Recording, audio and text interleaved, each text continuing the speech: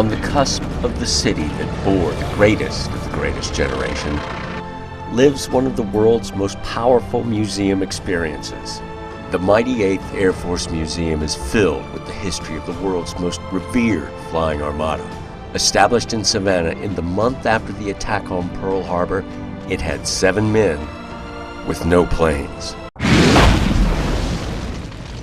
Through painstaking research and unflinching dedication to their glory, the museum has captured for history the saga of the 350,000 Americans who served in the 8th. Americans whose heroism could not be pierced by bombs or bullets, flak or shrapnel, fire or fear. That's 20,000 young men up there in the sky that I used to watch go to war when I was a kid. Roger Freeman, who passed away in 2005, was the definitive voice of the mighty 8th Air Force. As a boy in England, he was fascinated with the courage of the young Americans taking to the sky from the fields of Britain. The American boys, particularly on the bomber bases, became to the British our boys. They would count the bombers out and count them back. They understood that these were young Americans were giving their lives, spilling their blood in the same cause. The research center at the museum is dedicated to Roger Freeman's memory and to his lifelong commitment to the Americans who rescued the world. In the early days, only 1 in 3 had a chance of survival on those raids. It was as bad as that. Within the walls of the Roger Freeman Research Center are over 10,000 reference books and over 50,000 unpublished photographs. The Research Center is also an indispensable resource for original diaries, letters, personal accounts, and oral histories. Of particular pride are the Congressional Medals of Honor awarded to William Lawley and Forrest Vossler, 2 of many earned by the mighty 8th Air Force. So you go up to 25,000 feet in the summertime. Are you ready? Realizing that character was the driving force behind the success of the mighty 8th, the museum is communicating the values of the greatest generation to the next generation, the young people who may one day be asked to defend freedom again.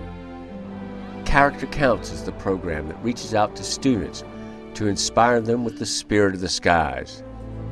6 pillars underlie the program: trustworthiness, respect, responsibility, fairness, caring, and citizenship.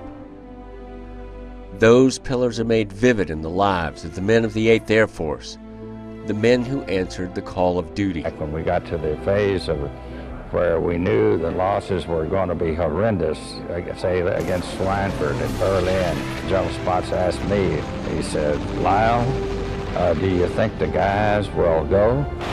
You think they'll fly in the face of knowing that these losses are going to be horrendous?" I said, "You better believe they'll go." And they did. Set against the landscape, one of the great triumphs of the human spirit is a place that opens its arms to visitors, a welcoming place for gatherings and meetings in a space that is both comfortable and meaningful. There are so many wonderful parts of the museum.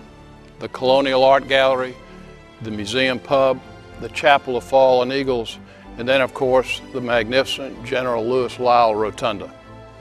Whether you're a World War II buff or a day tripper or a businessman with a meeting group of up to 300, we can turn an ordinary day extraordinary and a gathering into a celebration.